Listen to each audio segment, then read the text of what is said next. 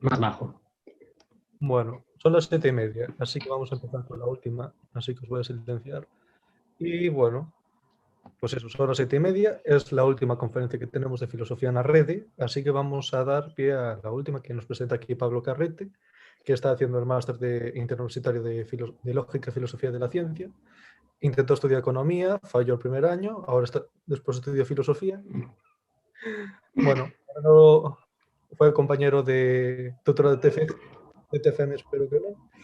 Y bueno, va a presentar ahora una tesis de inflacionista, de las que ha criticado Manuel Sanchís, sobre la cuantificación variación, ya no sé decir nada, variación cuantificacional. Sí. Lo dije al revés, son disléxica. ¿Cuándo proyecto la presentación? Dale ahora para compartir. Perfecto. Ahí está. Bueno, pues empiezo explicando un poco la motivación detrás de lo que voy a hacer al final en esta charla. O sea, la idea es que no sea una charla en la que yo me explaye mucho a la hora de tratar las cuestiones de lo que tienen que ver con la variación cuantificacional. Simplemente voy a hacer un pequeño esbozo de la teoría, resaltando de la tesis, perdón, resaltando los detalles relevantes. Hacia el final les pondré también brevemente algunas críticas que se le pueden hacer a los elementos de la tesis. Y al final el objetivo es que sea accesible para alguien al que le interese pues, el tema de la variación cuantificacional, sobre todo teniendo en cuenta que en castellano no creo que ni nada escrito. Pues si alguien se encuentra con esto le puede ser útil para saber por dónde empezar al final. También adjunto bibliografía relevante hacia el final, toda más o menos sobre la que he construido la exposición, pero bueno, había bastante más. Pero para empezar es suficiente. Me voy a comenzar explicando, bueno, pues que el objetivo es ese. El título, ¿qué es la variación cuantificacional? Pues bueno, vengo a explicar un poco qué es eso de la variación cuantificacional. Y voy a empezar exponiendo un poco el contexto, aunque bueno, Manuel ya lo expuso en la charla anterior, pero voy a exponerlo también porque lo voy a exponer de una manera diferente que va a ser útil luego al final para comentar una de las cosas de la propuesta de Hirsch, sin mucho más, sin que sea tampoco la charla algo acerca de qué es la metaontología ni demás, aunque quedaría para muchas charlas más. Entonces, comienzo por establecer una distinción relevante entre lo que sería la ontología y la metaontología. Al final, esta distinción, por ejemplo, entre disciplina de primer orden y disciplina de segundo orden, la expone, por ejemplo, David Chalmers en un artículo que se llama Ontological Anti-Realism, pero bueno, la exponen varios autores más y es bastante clara, porque ejemplifica qué es lo que está pasando cuando hacemos metaontología. Así que suponemos que hay algo así como la ontología, y sobre eso, que es la ontología, los metaontólogos intentarán dar una respuesta acerca de qué tipo de prácticas están llevando a cabo los ontólogos y qué tipo de valor o qué tipo de naturaleza tienen los enunciados que realizan los ontólogos.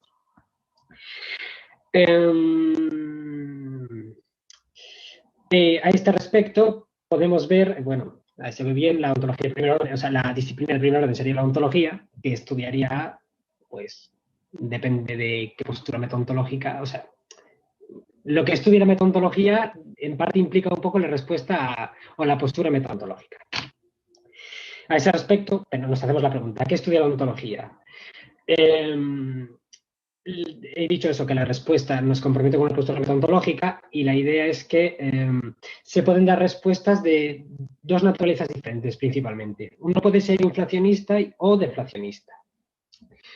La distinción es complicada y también requeriría de otras charlas más para clarificar qué es el inflacionismo y qué es el deflacionismo, porque además no solo se puede plantear inflacionismo o deflacionismo en ontología, uno puede ser deflacionista semántico, puede ser deflacionista de varias disciplinas más, varias ramas de la filosofía más, pero la idea detrás del inflacionismo y bueno, el deflacionismo es que uno entiende, si es inflacionista, que lo que se está haciendo en la disciplina de primer orden o en la disciplina específica tiene un valor teórico notable, es decir, que se está realizando una práctica que los compromete con una serie de cuestiones relevantes. Y el deflacionista, por su lado, dirá o intentará explicar que lo que está sucediendo en esa práctica no es sustantiva en algún sentido. Traigo a colación la definición de deflacionismo, una definición de deflacionismo para tener algo así operativo en lo que queda de exposición, que he extraído de un artículo de Eir Murgaard que sería así, o sea, que dice así. Una aproximación deflacionista acepta algún discurso o concepto sin garantizar las presuposiciones metafísicas o epistemológicas que se asocian comúnmente a ello. Por ejemplo, si tomamos un debate como el que expuso José ayer de la existencia de los mundos posibles, del realismo modal, un inflacionista considerará que hay una serie de compromisos metafísicos en esa discusión y que, por tanto, hay que explicar en qué sentido las prácticas de los ontólogos están dando cuenta de esos compromisos. Mientras que un deflacionista intentará explicar que esa discusión tiene algún problema por algún motivo o que es una mera disputa verbal, que al final eso también es lo que hace Hirsch, lo que hacen varios filósofos, varios deflacionistas más, aunque tampoco es exclusiva, o sea, no, la única postura no es decir que son disputas verbales, hay varias más. Pero bueno, al respecto de lo que voy a decir es lo más importante, o sea, es la más relevante. Entonces, dicho lo cual, dentro del deflacionismo, que son las teorías deflacionistas dentro de la metaontología, diremos que consideran que en la ontología se están llevando a cabo una serie de discusiones que se pueden explicar fuera de la tradición inflacionista. Pongo varios ejemplos. Amy Thomason, que es de la que habló Manuel antes, David Chalmers, Eli Hirsch, Hilary Putnam. Luego también cito a Bloch, porque me gusta, Bob Hale y Chris Spingular. Aquí el importante es Hirsch, que es de quien voy a explicar la tesis. Aunque bueno, también es importante comentar que esta tesis también se le achaca alguna vez a Hilary Putnam e incluso a Carnap. Sin embargo, achacársela a Carnap no tiene tampoco, no es adecuado. Y al respecto de eso habla Thomason. El propio Hirsch en ciertos sitios dice que no está cómodo asociándose con Carnap. Voy a leer una introducción, o sea, el prefacio, el último párrafo del prefacio del libro de Hirsch, que está citado luego en las referencias de poder, que dice: la variación cuantificacional se trata a veces como el resultado del legado de Carnap. Sin embargo, yo tengo un problema en llamar a Carnap un variantista cuantificacional, desde el momento en el que lo podemos describir como un verificacionista y un antirrealista. Bueno, comentar que quizás decir que Carnap es antirrealista no es adecuado, simplemente no sería ni realista ni antirrealista. Y resaltar que aquí Hirsch está reconociendo, está aceptando que hay una tensión en identificar a Carnap con su tesis, con la variación cuantificacional. Sin embargo, hay otros textos en los que sí que dice explícitamente que su tesis de la variación cuantificacional está presente en Carnap. En el mismo libro, en un ensayo en Ontological Realism, o sea, Quantified Variance and Ontological Realism, que de hecho es el que le titula al libro, dice que Carnap se puede identificar con la variación cuantificacional. Bien, ¿qué es la variación cuantificacional? Pues la variación cuantificacional es una tesis de la teoría de Hirsch, es decir, no es la teoría de Hirsch, es uno de los componentes. Hirsch tiene dos tesis relevantes, la tesis de las disputas verbales y la tesis de la variación cuantificacional. Luego hay compromisos que se hallan en los bordes de las dos tesis, pero las principales son estas dos. Y yo voy a comentar la variación cuantificacional. Aunque no se puede disociar del todo porque la de las disputas verbales, que es posterior, viene a resolver algunas cuestiones que quedan abiertas con la de la variación cuantificacional. Empate porque, bueno, lo dejo para cuando comente las objeciones que se le pueden hacer a lo que nos dice Hirsch. Pues bien, ya he dicho que a veces se asocia con Putnam también esta tesis. Voy a explicar en qué sentido se asocia con Putnam, pero quiero dejar claro que no está tan claro que Putnam la defienda. Hay también mucha discusión. En la entrada de la Stanford, por ejemplo, en el apartado del neocarnapianismo, sí que lo asocian con ella. El autor, Philip Bricker, lo asocia con ella. Pues bien, Putnam defiende en ciertas secciones de realismo, verdad e historia, sí, creo que se titula así, que en ciertos casos es posible que haya una variación en lo que él llama esquema conceptual de los diferentes lenguajes. Entonces, yo puedo tener un caso en el que delante de mí hay un garaje y un coche sale del garaje y se marcha por la carretera. Pero desde otro lenguaje yo podría decir que un dentro coche en la puerta del garaje se desvanece, emerge o aparece un fuera coche a la salida del garaje y se marcha por la carretera. Entonces, diría Putnam que hay una variación en los aparatos cuantificacionales de los dos lenguajes que nos permiten describir el mismo hecho de la realidad, pero mediante diferentes conceptos. En este caso, conceptos de objeto. Las nociones de objeto, los conceptos de objeto estarían dentro de eso que llama aparatos cuantificados, o sea, esquemas conceptuales. Hirsch bebe un poco de esto porque toma esta idea y la sistematiza y la lleva mucho más allá al sistematizarla. Y lo que pretende con ella es dar cuenta de lo que sucede, pues bueno, cuando varios, o sea, la extiende para dar cuenta de lo que sucede cuando los filósofos discuten acerca de los objetos ordinarios. Entonces busca plantear que las discusiones acerca de la persistencia de los objetos ordinarios a través del tiempo y que las disputas mereológicas acerca de qué tipos de agregados podemos aceptar como existentes o no, tienen que ver con una serie de mecanismos del aparato cuantificacional de esos diferentes lenguajes, de esas diferentes ontologías. La cuestión de si es un lenguaje o no la comento después, que estarían generando esa discusión, pero que no sería tal discusión porque de hecho la realidad en ambos casos es la misma. Y ahí es donde está el punto compartido con lo que dice Putnam. Tal como lo interpreta Hirsch y como se interpreta. De nuevo, habría que tomar esto con cuidado. Entonces, voy a ejemplificar una disputa, un caso de disputa que en realidad es un hombre de paja, pero es ilustrativa, que es lo que busco, de qué tipo de disputas busca Hirsch cuestionar como sustantivas, cuáles pretende afrontar en un sentido deflacionista. Entonces, podemos presuponer que tenemos, hablando como gente ordinaria, es decir, en el lenguaje natural, sin compromisos metafísicos curiosos, que tenemos una mesa y un vaso. Bien, si podemos decir que existen infinitas no, pero muchas ontologías al respecto que dan cuenta de qué tipo de objetos hay delante nuestra. Lo dicho, desde una perspectiva del sentido común hay una mesa y un vaso. Bien. Podríamos decir que hay una ontología que podemos llamar universalista, que acepta que cualquiera de dos entidades, en este caso la mesa y el vaso serían dos entidades, componen un agregado superior. El ejemplo más tradicional es decir que mi nariz y la Torre Eiffel componen un objeto, un agregado, es un objeto existente. Por otro lado, podríamos decir que está el nihilista, que dice que no existen los agregados, que solamente existen los átomos y los átomos o los simples, mereológicos. Y que, por tanto, delante de mí no hay ni una mesa ni un vaso, sino que habría los átomos que componen la mesa y el vaso.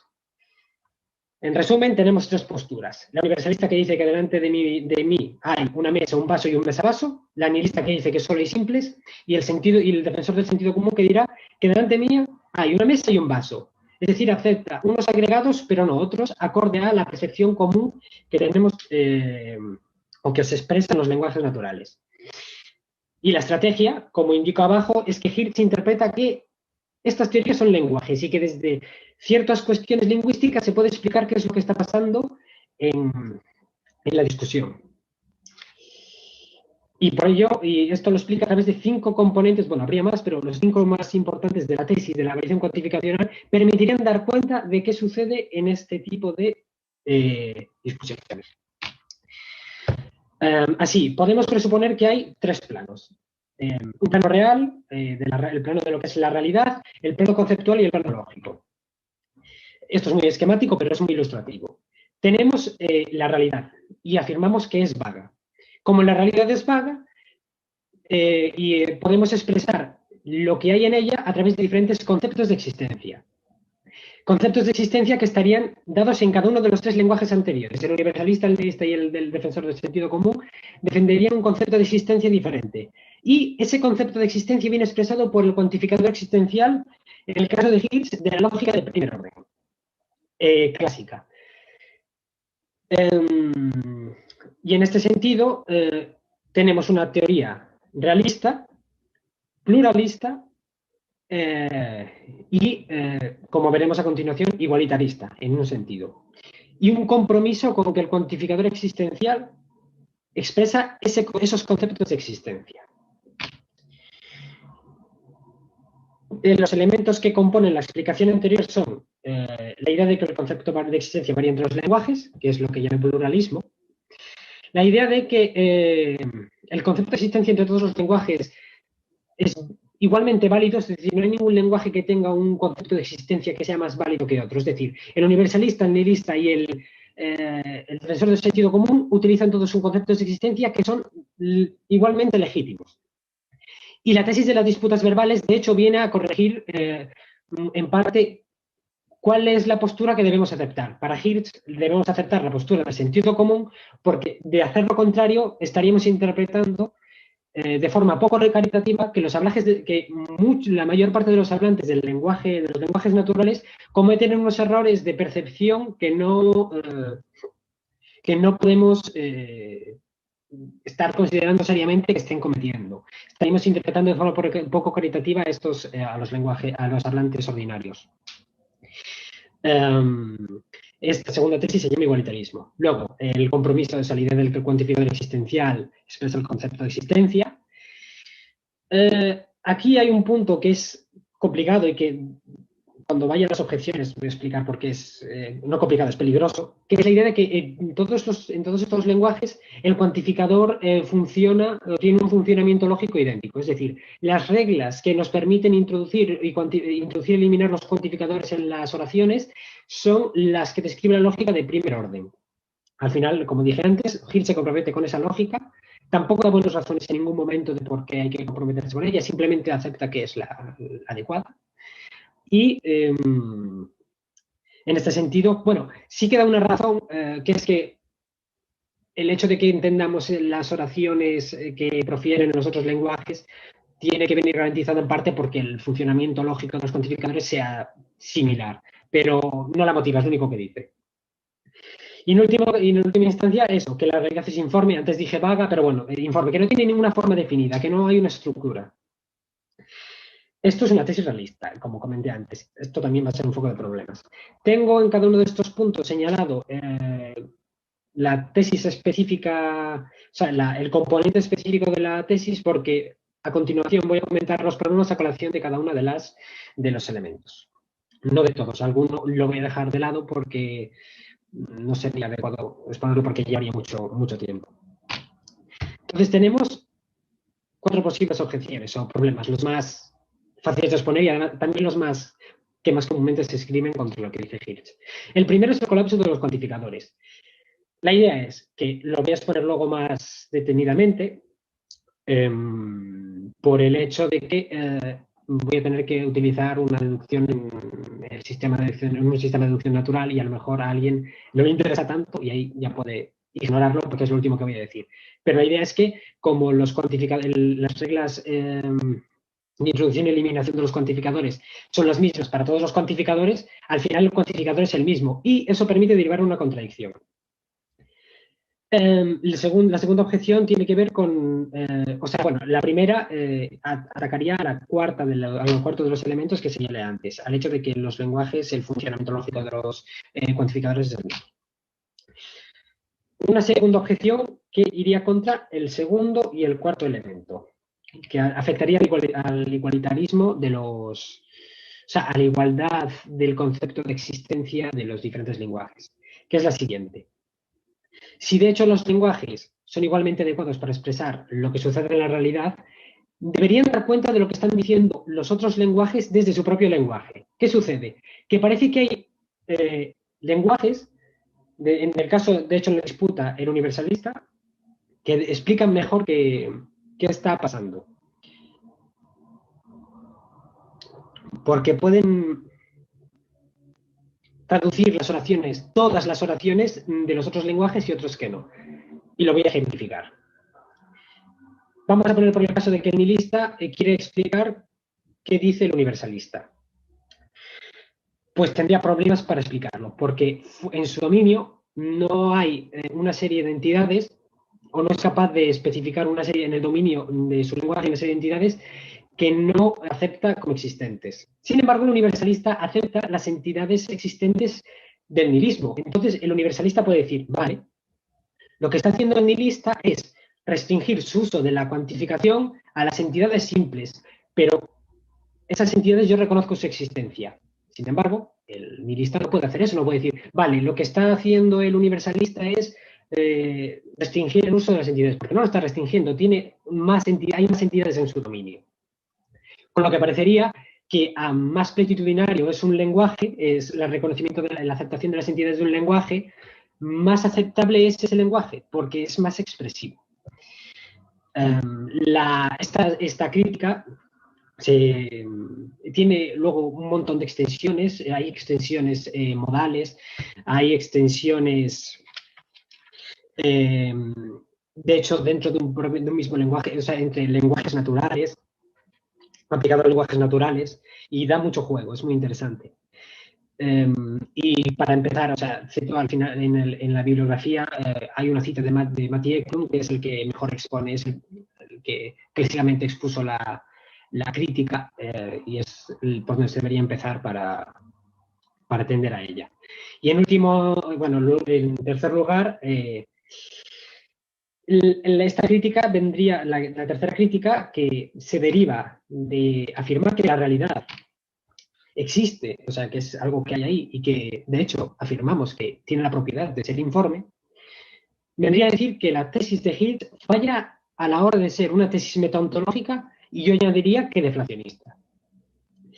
Esta idea se puede ver en un texto se puede ver bastante bien en un texto de Suki Fini de Ottavio Bueno y en la entrada de la Stanford del compromiso ontológico de Philip Bricker, que comenté antes. La idea es la siguiente. Si yo acepto y afirmo cuestiones de la realidad, estoy haciendo ontología, no metaontología. No estoy dando cuenta de lo que están haciendo el resto de ontólogos o de los ontólogos a la hora de dar yo mi explicación. De hecho, estoy haciendo ontología, estoy exponiendo una tesis ontológica contrapuesta a la suya. Y añado lo de que no es deflacionista porque al hacer eso, al comprometerse con una tesis ontológica, está tomando en serio, tomando como sustantiva la discusión y participando de ella. Con lo que sería adecuado matizar todo el componente realista de la teoría. Sin embargo, en realidad el atractivo de la teoría se perdería, porque lo que pretende Hirsch es aceptar el realismo negando que haya en su aceptación una puerta abierta a que la ontología sea un conocimiento con un alto valor cognitivo. Y hay una cierta tensión ahí que debería resolver, aunque es difícil resolverla. Señalo como última objeción, aunque esta no se le podría hacer solo a Hirsch, es muy amplia, que es, de hecho, que es que el cuantificador, o sea, que ligar que la expresión del concepto de existencia del cuantificador existencial no es algo que haya por qué aceptar de primeras. De hecho, cito un artículo de Graham Priest también en la bibliografía en la que expone la evolución del uso del cuantificador, de la cuantificación, que refleja que la aceptación, de hecho afirma Priest la crítica de que el concepto del cuantificador existencial expresa el concepto de existencia viene de Quine y que no está bien argumentada, que simplemente se ha aceptado en cierto punto y desde esa aceptación han ido emergiendo ciertas posturas al respecto de cuestiones ontológicas que podemos discutir más o menos y que de hecho dan origen a estas teorías. Y bueno, voy a comentar para terminar ya, exponer la deducción para el colapso de los cuantificadores y termino. Entonces, la deducción sería la siguiente. Tenemos que en el universalismo, podemos afirmar que los mesabasos existen. Sería la primera de las oraciones. Y en el nihilismo tenemos que los mesabasos no existen, es verdadero. Cada uno es verdadero en su lenguaje. Bien. Formalizaríamos, como se ve en la oración U, como existe sub U algún X tal que M de X. M de X es el predicado ser un mesabaso. Tenemos en el nihilismo que no existe sub n algún x tal que m de x. De nuevo, m es el predicado ser un mesabaso. Entonces, yo puedo proponer como premisas en un lenguaje, un caso que podría que podría explicar esto es cuando el universalista quiere explicar lo que hace el sensativista, quiere explicar su oración desde su propio lenguaje. Entonces, la argumentación es la siguiente. Tomamos como premisas las oraciones anteriores, formalizadas de esta manera. El subíndice de NU es para diferenciar que uno es el cuantificador universalista y el otro el nihilista. Es obvio, pero bueno, lo comento. Entonces, en la tercera línea abrimos el supuesto, descargamos el existencial universalista. En la cuarta línea introducimos el existencial nihilista desde la línea 3. Cerramos el supuesto con la eliminación del existencial universalista en 5. Entonces tenemos en la primera línea que no existe sub n algún x tal que m de x y en la quinta existe algún sub n x tal que m de x. Y por tanto, por introducción de la conjunción entre 1 y 5, tenemos que no existe sub n algún x tal que m de x y existe sub n algún x tal que m de x, lo cual es una contradicción. La respuesta, hay posibles respuestas a este argumento contra la teoría de Hilbert. Algunas, por ejemplo, una de Halvorson, que hay un texto en internet, un artículo que tiene, que es utilizar una lógica de varios sorts en la que define dos dominios, uno para cada cuantificador. Entonces el cuantificador de uno de los, para uno de los dominios tiene una regla de introducción y eliminación distinta y el otro tiene una regla de introducción y eliminación distinta a la anterior. Entonces no se podría salvar esta contradicción. Y algunas otras afirman que desde un mismo lenguaje esto no es posible. Aunque yo pueda dar cuenta del cuantificador ajeno, aunque yo pueda dar cuenta de la oración ajena, no puedo dar cuenta del uso formal de esa oración. Lo que pasa es que esto ya estaría renunciando a la idea de Hilbert de que el cuantificador entre todos los lenguajes es el mismo. Y por lo demás ya estaría. Voy a poner la bibliografía y termino. La bibliografía que considero relevante para ir empezando y que he utilizado.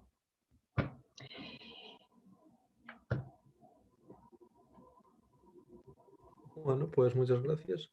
Te voy a desanclar y voy a dejar de compartir esto, la bibliografía. Vale.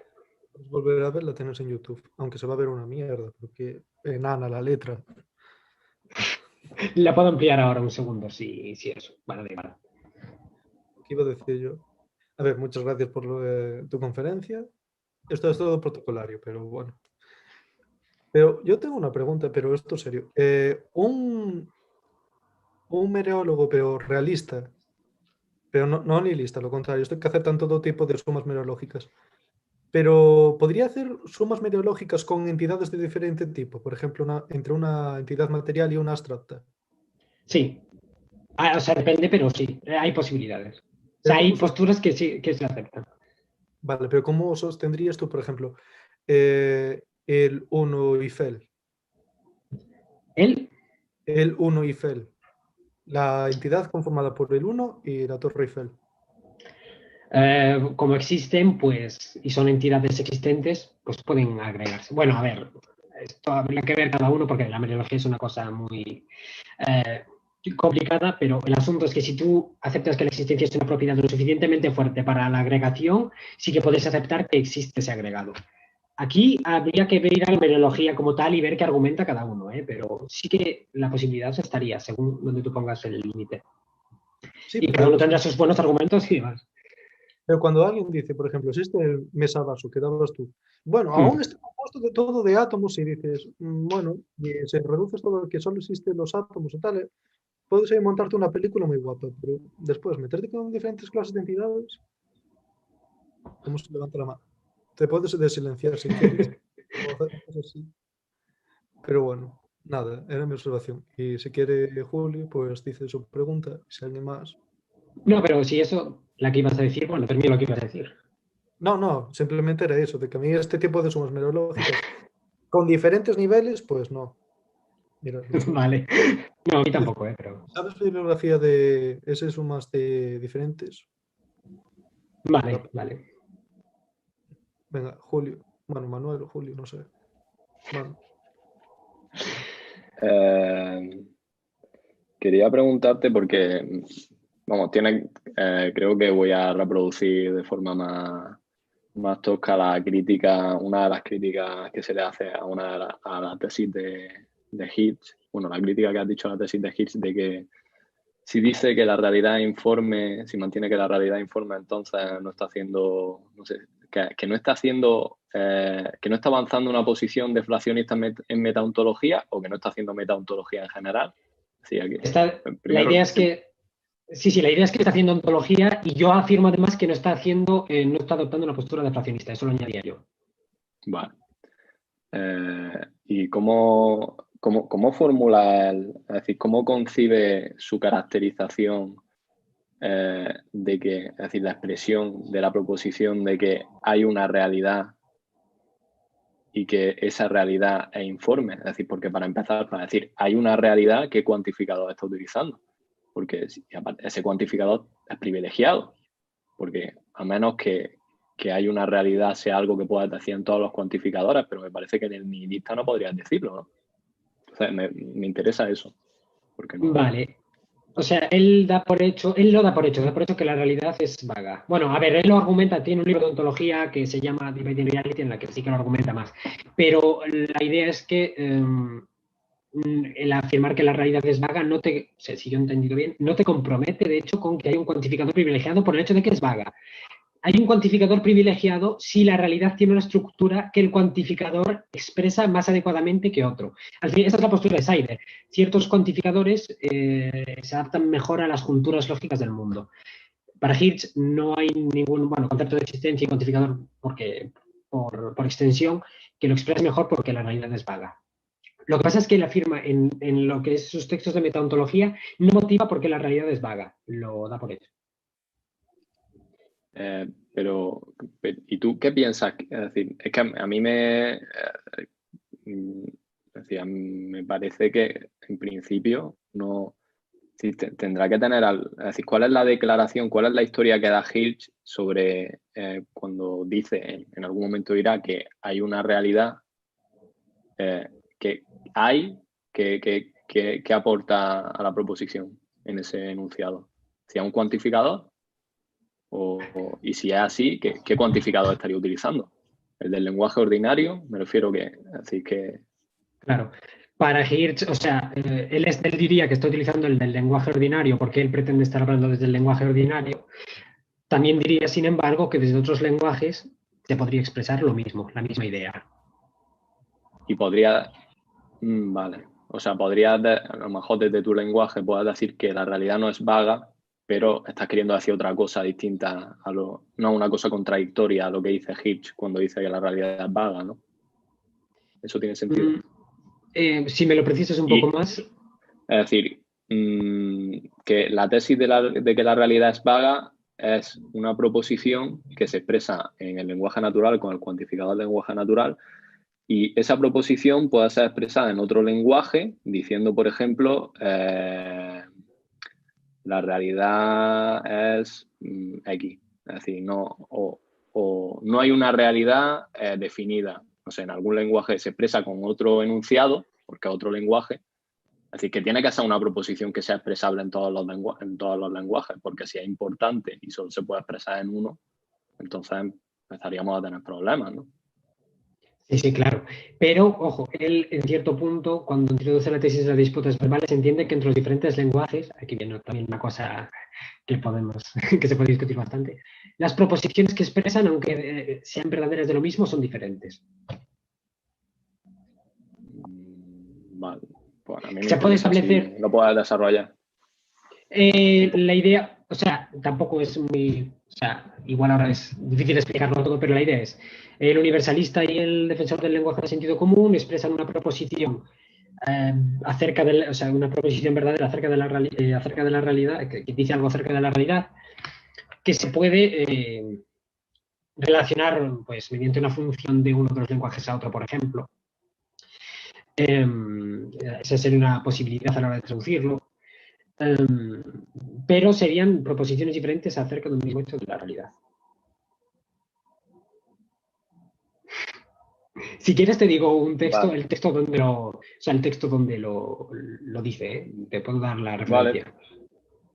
Vale, pues te Vale. digo. Y tengo una pregunta más. Eso.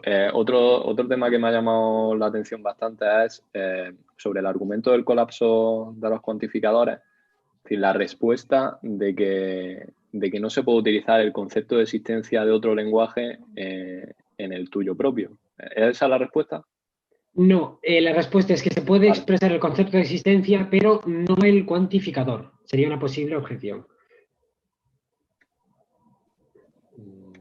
Vale, pues si puedas explicar, es decir, el concepto de existencia en qué difiere del cuantificado en el lenguaje, en qué diferiría.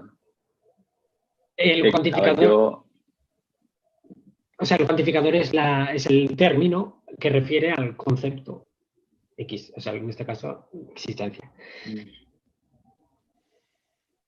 eh, O sea, que expresa. bueno, Que pero al expresa. final, pero el término, el cuantificador funciona como funciona por el concepto que tiene. Entonces, pues utiliza otro término para referir a ese concepto y no sé si el problema sería igual. No sé. Que al final, es decir, no puedo expresar en el lenguaje universalista, no puedo utilizar el cuantificador nihilista, pero puedo utilizar el concepto de existencia nihilista.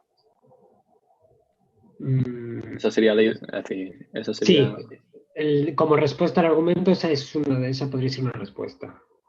Yo no creo que sea Y adecuada, pero es una respuesta que se puede dar, que se da, de hecho.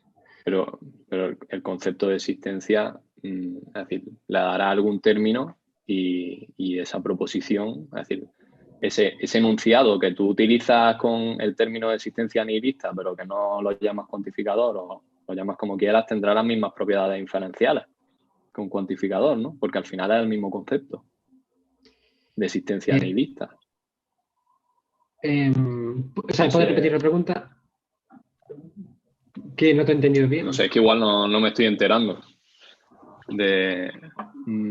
La idea es que, es decir, ¿se puede expresar el concepto de existencia nihilista en el lenguaje universalista? Hirsch dice que sí,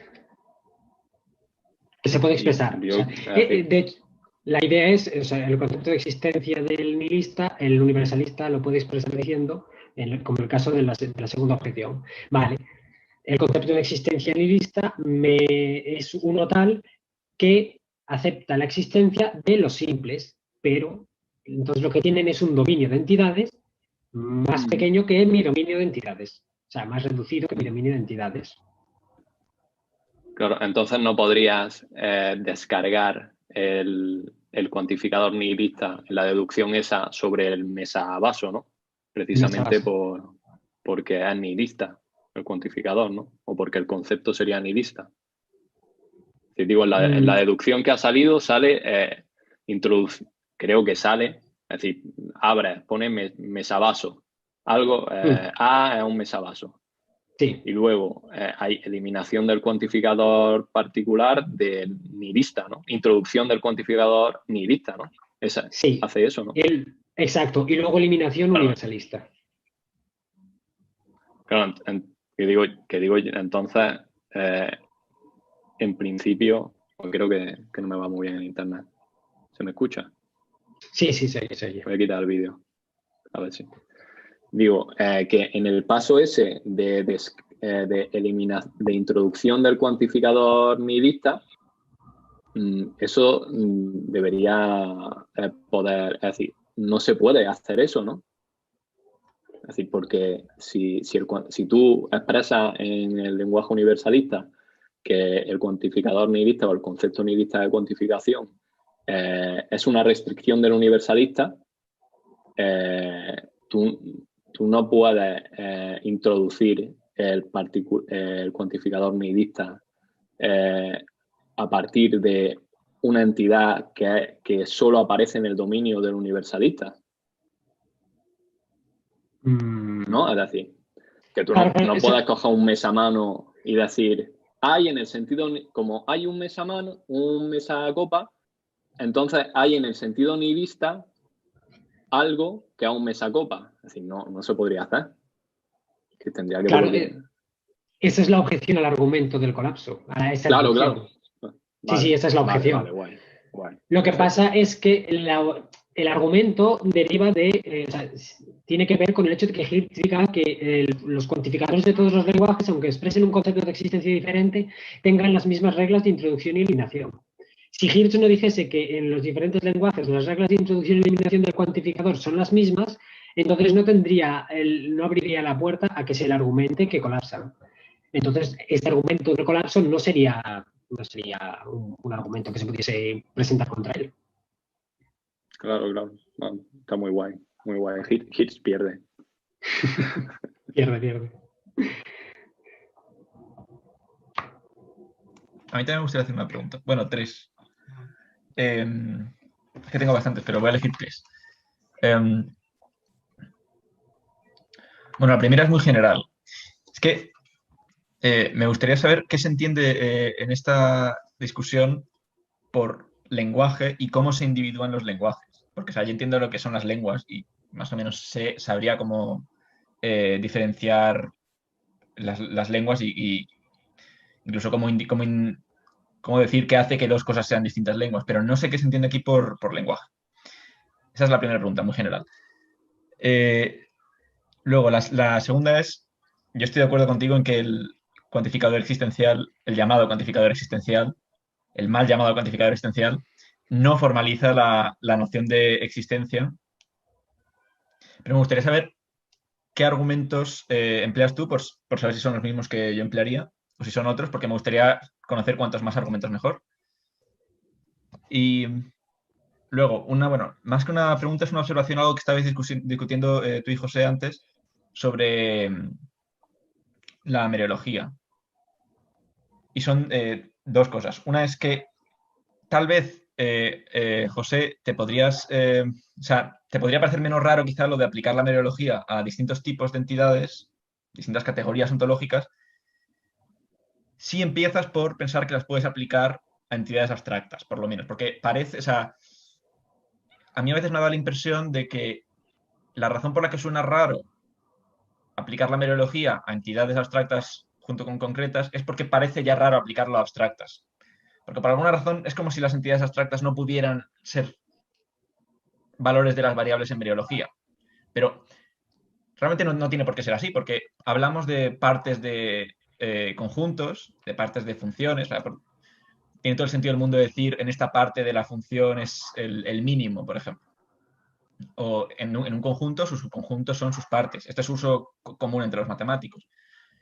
Y no solamente es una cosa de cómo se usa el lenguaje, sino que la relación de subconjunto satisface varias de las propiedades que tiene la relación de parte-todo en los sistemas de mereología habituales. De modo que yo creo que si empiezas diciendo que puedes hablar de partes de conjuntos, partes de...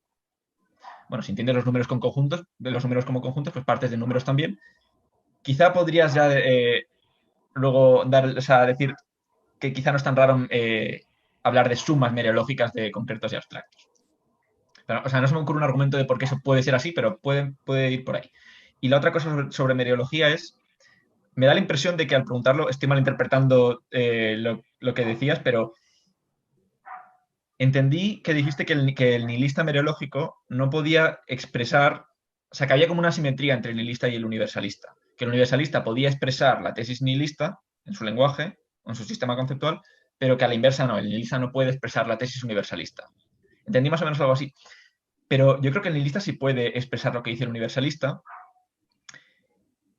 si no lo dice de esta manera. El universalista acepta tales entidades. Vale, así quizá no lo puede decir. O sea, los mesabasos y estas sumas muy, muy permisivas.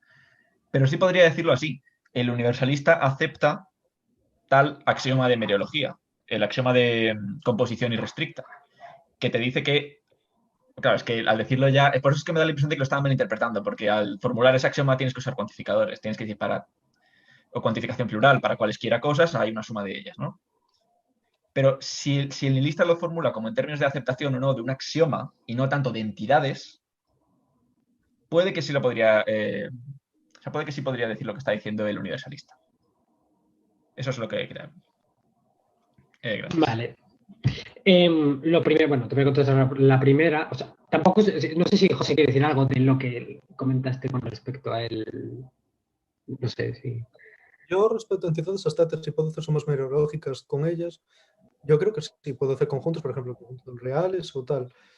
Pero la verdad es que sí que se ve una división mucho más clara entre ese tipo de entidades que no, por ejemplo, entre entidades físicas. Al menos yo.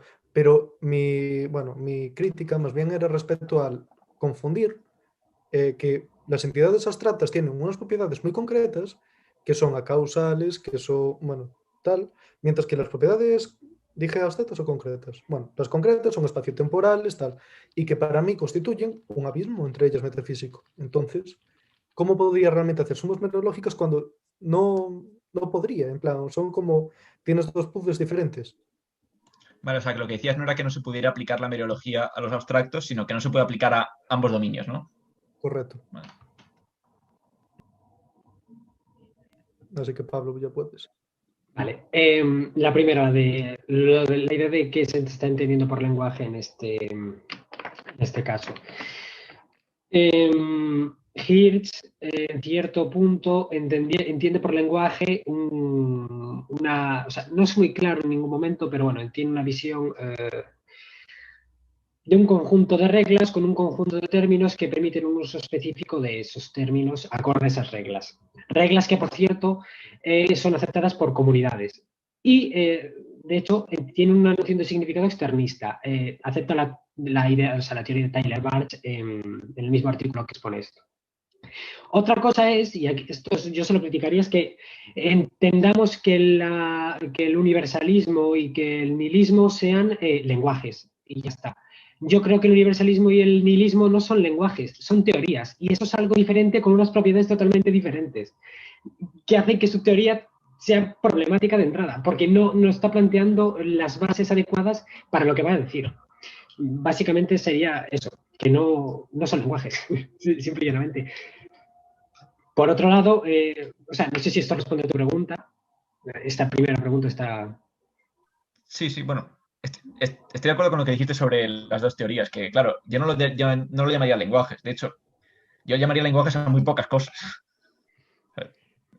¿Y cuál es la diferencia entre un lenguaje y una teoría? A ver.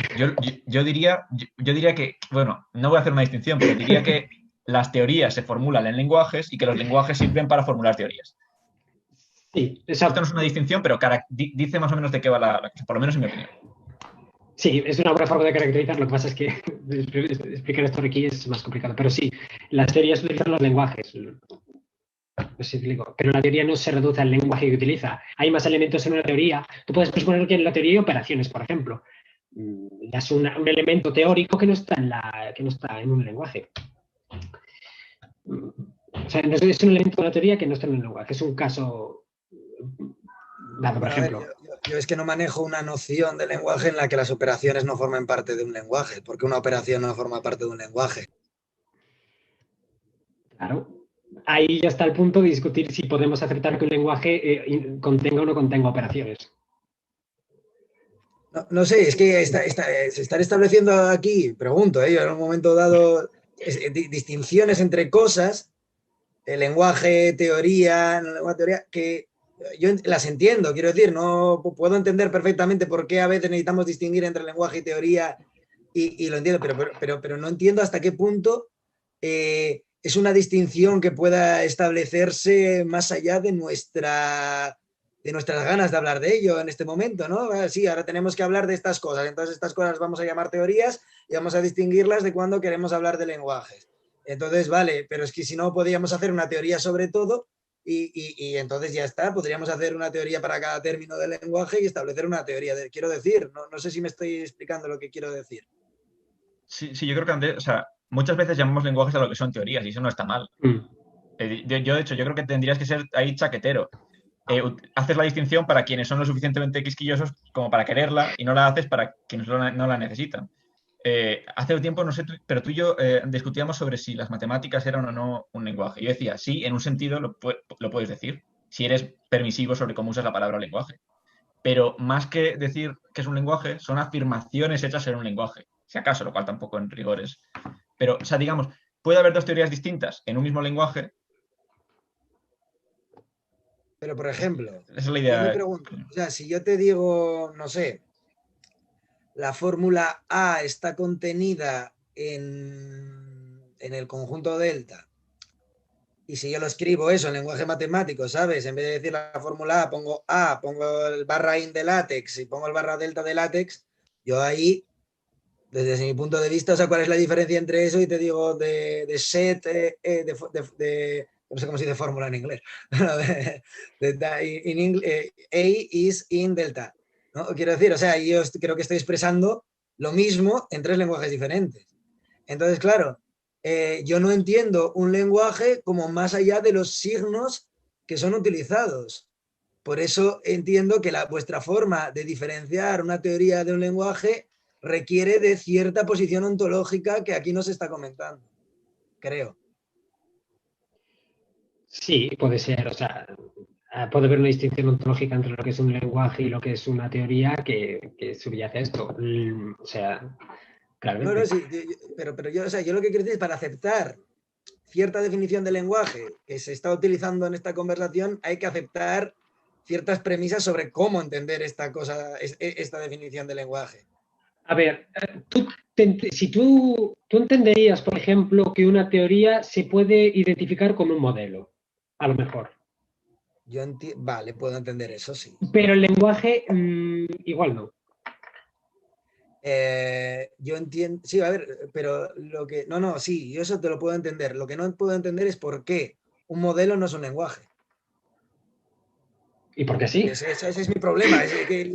Ese es el punto en el que yo, claro, sí, esta es la discusión que estamos teniendo. Yo tengo un modelo y tú imagínate que yo me oriento a todo, yo vivo dentro de este modelo, ¿no? Es un modelo que, pues, yo vivo en este modelo porque ese lenguaje no es mi lenguaje. Si además tú al modelo le añades unas traducciones para todas las operaciones que se realizan en el modelo, traducirlas a, yo que sé, al español, que es el idioma que se habla donde yo vivo.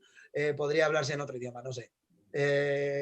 Incluso hasta la jerga local, un montón de expresiones cambiadas con toda la serie de significantes. Entonces, ¿cuál es la diferencia entre eso y un... O sea, porque tú no puedes centrar la existencia... perdón, me he ido de palabra. Porque no puedes centrar una teoría dentro de un modelo que en un determinado lugar, comunidad, momento, se hable, o sea, se utilice ese lenguaje y lo único que se hable sea la teoría. Quiero decir, ¿no es un lenguaje un juego? ¿El ajedrez no es un lenguaje? Pregunto. Porque para mí el ajedrez es absolutamente un lenguaje. Ya adelanto mi posición. Yo diría que la discusión aquí es verbal, simplemente hay un uso más permisivo y un uso más restringido del lenguaje. Yo creo que ninguno de los dos es correcto. O sea, si tú dices que el ajedrez es un lenguaje, yo no creo que sea incorrecto. O sea, no creo que estés cometiendo una falta fáctica. Simplemente estás usando la palabra lenguaje de una manera más amplia. Como quien dice que la música es un lenguaje, muchos lo piensan. Uno podría querer ponerse más estricto y decir, no, la música no es un lenguaje, por las razones que sean, porque yo utilizo la palabra en un sentido más restringido. O sea, creo que simplemente hay un uso más restringido y un uso más amplio.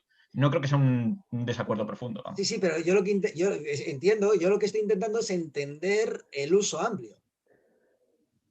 El uso amplio el uso restringido, perdón. El uso amplio es el que estoy usando yo. Yo lo que estoy intentando entender es si ese uso restringido, claro, a ver, porque yo puedo entender que nosotros, como cuando yo estamos leyendo artículos de filosofía analítica o tal, y de repente dice Kaplan, bueno, pues esta proposición a partir de ahora la vamos a llamarla Mike, entendernos mejor, ¿no? Y llama una proposición con un nombre. Y claro, pues yo entiendo que a una cierta, algo a lo que tú quieras señalar, lo estés llamando teoría, pero lo que no entiendo es que el que tú lo llames teoría vaya asociado a ciertas características descriptivas que yo tenga que entender cuando lo utilizas, porque no entiendo esa distinción que hacemos entre lenguaje y teoría. En este contexto, la distinción es bastante relevante porque si tú interpretas que lo único que están haciendo los involucrados en la disputa ontológica es hablar en lenguajes diferentes, entonces, bueno, puedes más o menos comprar lo que propone Hirsch. Pero si tú entiendes que la teoría, además de que lo que hacen, además de hablar un lenguaje, es realizar una serie de investigaciones acerca de un cierto tipo de entidades con una serie de herramientas y metodologías específicas para cada uno de ellos, no puedes reducirlo a que estén hablando un lenguaje que se puede traducir, porque están haciendo más cosas que el mero lenguaje en el que están expresando todo lo que están haciendo. Por eso es relevante en este caso. A ver, es que a mí la traducción entre lenguajes a veces me parece una fantasía también, quiero decir, o sea, que si nos vamos a poner aquí, yo lo que estoy diciendo es que, o sea, no, si yo no quiero, a ver, es que ya estamos yéndonos muy lejos de lo que yo quería decir y señalar al principio. Lo que quiero decir es que cuando aquí se maneja, o sea, el uso amplio, no, perdón, el uso estricto del lenguaje que comenta Alejandro, es un uso de la palabra lenguaje que me parece raro, sinceramente. O sea, y esa distinción entre teoría y lenguaje, vale, yo puedo entenderla porque por un lenguaje, pero lo único, yo estoy cuestionando esa distinción, o sea, estoy cuestionando que el uso estricto del lenguaje no se aplique en realidad a las teorías. O sea, claro, evidentemente para mí esto es una cuestión semántica. Yo sé a qué te refieres a una teoría es una cosa, una libreta es otra, pero no sé hasta qué punto una teoría es algo con unas nociones epistémicas exactas que uno puede comprender más allá de otros. O sea, hasta qué punto yo puedo hacer una teoría entonces sobre cómo hacer la compra rápido en el supermercado al lado de mi casa, o sobre cualquier término o sobre cualquier cosa, ¿no? Es por eso por lo que yo no entiendo es esa diferencia entre teoría y lenguaje. O sea, yo creo que una teoría es un lenguaje o un sublenguaje, si quieres, dentro de un lenguaje mayor. Claro, me parece que entendéis cómo los lenguajes es algo que está desvinculado por completo del cuerpo. Hombre, yo no. Yo tampoco, pero o sea, para utilizar un lenguaje obviamente necesitas un cuerpo para poder hablar, para poder escribir, para poder hacer todas las operaciones que haces para utilizar el lenguaje. A ver, voy a utilizar argumentos metalingüísticos y ponerme pragmático, como señalaba aquí Manuel en el chat, y no creo que la discusión acerca de si de qué es un lenguaje o no sea meramente terminológica, porque sí que puede haber casos en los que entender el lenguaje en el sentido amplio o en el sentido restringido puede tener una serie de beneficios para cada uno de los casos.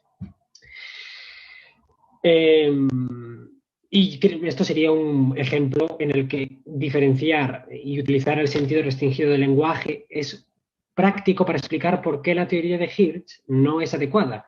Y no es adecuada entendiendo el sentido restringido del lenguaje. Claro, si entendemos lenguaje en un sentido amplio, tampoco sería relevante entender el lenguaje en sentido amplio en este caso. Si aceptamos que existe el lenguaje en sentido amplio y en sentido restringido, pues lo que importa aquí en este contexto es el lenguaje en sentido restringido. No sé si me explico. Aun garantizando que existiese el lenguaje en sentido amplio. Y planteando que son dicotómicos, podemos adoptar una postura pragmática que sea decir, vale, para esta discusión tengo que utilizar, o es más fructífero utilizar el lenguaje restringido porque me permite explicar que los argumentos que Hirsch da a favor o en contra de esto son más o menos aceptables. Bueno, pero que sí, que si me pongo yo, o sea, claro, o sea, sí, absolutamente de acuerdo, pero mi problema es esto, o sea, claro, es que si me pongo yo, claro que acepto la distinción entre amplio y estricto con una cosa pragmática, y es lo que quiero decir, nosotros hablamos de las teorías, nos entendemos cuando lo hacemos, no hay ningún problema. Si no acepto esas distinciones pragmáticas, entonces por la regla, por el camino por el que estoy yendo, que salga el sol es un fenómeno lingüístico, y no lo es. Entonces, quiero decir, entonces, o sea, lo que yo quiero decir es que yo no entiendo, o sea, aquí estáis refiriendo a teoría como si el uso de nuestra palabra teoría fuese acompañado a un pensamiento de que una teoría es una cosa con una descripción exacta. Quiero decir, o sea, yo no sé hasta qué punto, o sea, cuál es la diferencia entre una teoría y un conjunto de algo similar a una teoría que no es una teoría. Un montón de características de la propia teoría, ¿no? Entonces, yo pregunto, bueno, antes de... A ver, sí, o sea, yo qué sé, o sea, hay caracterizaciones de las teorías. Tú puedes afirmar que son más o menos adecuadas, que son lo que sean, pero hay caracterizaciones de las teorías, hay propuestas acerca de lo que son las teorías, por ejemplo, científicas, que muestran que son claramente algo diferente de un lenguaje, entre otras cosas porque el lenguaje es un elemento de la teoría. Los estructuralistas, por ejemplo. A ver, bueno, claro, pero tú puedes enunciar en una teoría como un lenguaje, pero ese lenguaje forma parte de la teoría, pero el lenguaje va más allá de esa teoría, lo puedes usar para otro. O sea, mi problema con esto es que lo que yo entiendo es que cuando vosotros utilizáis el término teoría para individuar y para que haya un conjunto de teorías, yo entiendo que hay un conjunto de cosas a las que llamamos teorías y hay un conjunto de cosas a las que llamamos teorías, porque las llamamos teorías, las utilizamos como teorías y nos entendemos por qué las llamamos teorías. Pero sin embargo me parece, y si es no, ya me callo, porque entonces ya hemos tal.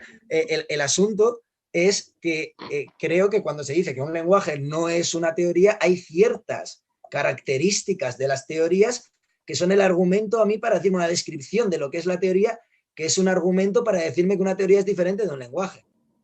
Y entonces, claro, si me vas a decir, sí, yo te argumento una cierta posición descriptivista para establecer la diferencia entre teoría y lenguaje, pues claro, evidentemente hay una descripción absoluta. Ahora, lo que digo es que esa teoría, yo lo que quería decir desde un momento es que esta distinción tan tajante y tan clara entre teoría y lenguaje depende de cierta posición descriptivista acerca de las cosas, creo. Y si alguien me la puede argumentar en una referencia directa, en una tal, claro, pero eso es una característica de los lenguajes también. Es el problema que yo tengo con todo esto, que si tú me vas a dar una descripción de un lenguaje, de una teoría por las cuales no tal, vale, de acuerdo, entonces vas a tener razón siempre. Eso ya te lo digo de antemano. O sea, ahora, lo que creo es que las descripciones de nuestros términos no sirven para darnos una explicación de cómo nosotros hablamos de ellos. Entonces, podemos plantear las dos situaciones y discutir fuera de ellas cuál nos es más práctica utilizar. Si la que establece la distinción, no voy a decir dicotómica, pero sí que dice que un lenguaje existe de una teoría y aceptar la que afirma que es lo mismo. Y desde esa posición decir, vale, ¿qué nos es más útil, esta o esta? Y aceptar una u otra. Yo no tengo problema en ciertos casos utilizar lenguaje, o sea, identificarlos. Pero sí, claro, pero y ese criterio, que sí, que el criterio de utilidad y el criterio pragmático, ya te dije, antes estábamos de acuerdo en ese criterio. El problema es que ya se ha llevado a un acuerdo, que es una cosa maravillosa, y entonces nosotros nos entendemos, ya está, estamos aquí hablando de filosofía entre amigos, y vale, está bien, pero no sé, la utilidad no es un criterio que siempre pueda resolver el asunto. Aquí en este caso, pues sí, entonces yo ya me rindo.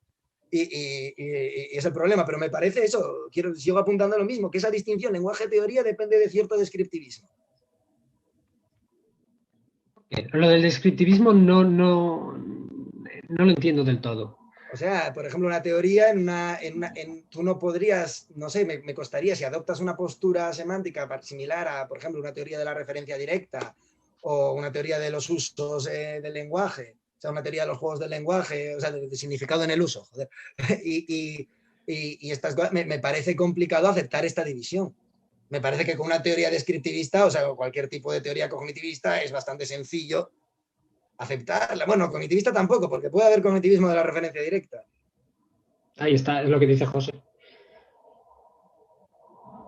¿Qué es eso? Claro, yo es que aquí ya no llego de tal. Pero si vamos a hablar de significado, Y ese semanticista va a ser descripcionista. O sea, descripcionista es todo lo que no es de la referencia directa o de tal. A ver, O renuncias al significado. Que es del libro de Moulines de Desarrollo Moderno de Filosofía de la Ciencia. Pero dice, por ejemplo, aquí ya nos estamos pasando porque esto, variación cuantificacional no tiene nada que ver. Esto ya es... Pero lo que pasa es que van a pasar, por ejemplo, con Popper o con los neopositivistas entendían las teorías como enunciados, lenguajes o lo que están... Pero los semanticistas lo que hacen es pasarlo todo a teoría de conjuntos, que son, ¿cómo se dice?, a predicados conjuntistas. Y dice aquí Moulines, bueno, el método conjuntista tiene otra ventaja. Permite determinar directamente y sin recurrir a la construcción de un sistema de semántica formal cuáles son los modelos de la teoría dada, es decir, las entidades conceptuales que supuestamente representan las diferentes partes del mundo de la experiencia. Los modelos de una teoría son simplemente las entidades que satisfacen lo que llama un predicado conjuntista. No necesito nada más, en plan. Claro, a ver, sí, claro, pero es mi problema. Sí, vale, sí. Así está, pero es el problema, sí. Ahora de repente tú, claro, pasas toda tu teoría a teoría de conjuntos, ya más teoría, además haces la tal y coges, mira, esto es mi teoría, te lo enseño, vale, sí, eso es una buena respuesta a lo que yo estoy diciendo. Y yo podría seguir argumentando aquí, pero es que estamos en una charla de cómo se llama esto, cuantificación... Variación cuantificacional. Y entonces yo ahora mismo, para seguir con esto, yo ya mismo tengo que sacar a Heidegger y no voy a hacer. Así que hasta aquí hemos terminado y tal, pero no, esa respuesta, José, es buena, ¿eh? Esa respuesta me ha gustado. O sea, sí, eso sí es una respuesta al problema que yo estaba planteando potente. Eso de la concepción semanticista es lo mismo a lo que podría ser lo que llamaban los enfoques semánticos en filosofía de la ciencia, o son gente diferente. Creo que sí, pero no te lo puedo vale. Claro, es que esa gente, vale, claro, esa gente dura, ¿eh? Esa gente dura, ¿eh? Habría que preguntar a Müller. Qué bueno. Bueno, tengo que responderle una pregunta, Alejandro. Bueno, Didi, te respondo la pregunta. ¿Era eso? Bueno, no, que quería decir que creo que cuando cuando discutíamos sobre el nihilismo y el universalismo como teorías, la noción de teoría que creo que estábamos asumiendo, pero corrígeme si me equivoco, es una noción más cercana a la noción clásica de las teorías como conjuntos de afirmaciones. Entonces, el universalista tiene una teoría cuya afirmación notoria es el axioma de composición irrestricta, de que para cualquiera cosa existe el todo que la forma. O sea, una teoría en esta discusión era un conjunto de afirmaciones y, si quieres, y todas sus consecuencias lógicas. Creo que eso es lo que se estaba asumiendo. O sea, bueno, no sé cómo se podría formular la meriología con la concepción semanticista, pero igual sería interesante. Bueno. Yo creo igual es difícil. A ver, aquí también está el problema de si consideramos que la filosofía es una disciplina a priori o que tiene rasgos empíricos. Eso también habría que tenerlo en cuenta a la hora de comentar esto. Y bueno, te respondo la pregunta de... ¿Cuál era la segunda pregunta? ¿Qué argumentos... porque uno así que me convence bastante, uno simple es la existencia de los existenciales, el problema de los existenciales negativos. Si el predicado de existencia expresa, o sea, si el cuantificador expresa el concepto de existencia y yo puedo afirmar verdaderamente que no existe, o sea, que existe el actual rey de Francia, o sea, que el actual rey de Francia es calvo, es el ejemplo mítico, ¿no? Sí, quizás mejor uno con un nombre propio. Es que no sé si estás pensando en lo que yo estoy pensando.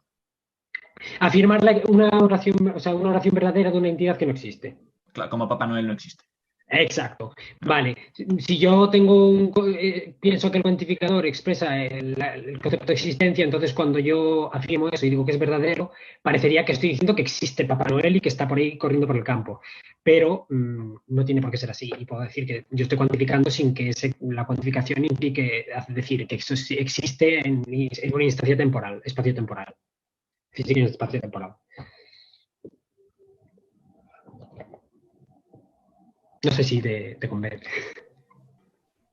Sí, es que me parece que cuando empezaste a decirlo me da la impresión de que era una cosa que yo estaba pensando, pero después cuando mencionaste lo de espacio-temporal, me parece que no era eso. O sea, bueno, ahí ya depende. O sea, si es tu argumento, o sea, no digo que no. pero yo pensaba que ibas a mencionar el problema de los existenciales negativos, porque en la lógica de primer orden, los enunciados de la forma para ningún x es igual a, donde a es un término singular, eso es una contradicción, porque en la lógica de primer orden todos los términos singulares denotan, o sea, para un x es igual a, eso es una cosa que puedes derivar en la teoría de primer orden con identidad. Pero no es intuitivo decir que los enunciados existenciales singulares sean tautológicos o necesariamente verdaderos. O sea, por ejemplo, existe Pablo Carrete, es un enunciado existencial singular, pero no es una verdad lógica, ¿sabes? O por lo menos intuitivamente no lo es. Pensé que estabas pensando en eso, pero o sea, lo que planteas es que el cuantificador existencial no lleva ninguna connotación de existencia espaciotemporal, ¿no? Y de ningún tipo. O sea, te iba a comentar las dos. De hecho, iba a empezar por los existenciales negativos, pero luego me cambié a la idea esta de afirmaciones verdaderas de entidades que no existen. Bueno, que no existen, vamos a decirlo. O sea, como no creo que exprese el concepto de existencia, pues ambos dos problemas están subyaciendo a la propuesta. Pero bueno, ya sabes, la lógica del librito. Y bueno, no sé si hay algo más que alguien me quiera criticar. Por YouTube nada, así que no sé vosotros. Creo que ya hemos acabado la jornada, la ronda de preguntas. Así que creo que podemos dar por finalizada esta charla y así con Filosofía en la Rede 2020. Así que muchas gracias por venir, por vernos. A lo mejor nos ven en un futuro. Y bueno, pues dado que seguramente no nos veamos mucho tiempo, pues ya os adelanto, feliz Navidad, feliz Año Nuevo. Y bueno, en plan, portaos bien, no sé. Y a ver si aprobamos Igualmente. el máster. Poned la mascarilla. Así que bueno, poneos la mascarilla y no creáis a los negacionistas. Y bueno, El virus no existe. somos nosotros. Las entidades abstractas. Sí, sí que existen. Además no se te ha escuchado, jódete. Venga. Lo siento, es que me lo pusiste muy al Adiós. lado. Hasta pronto. Un abrazo. Hasta luego.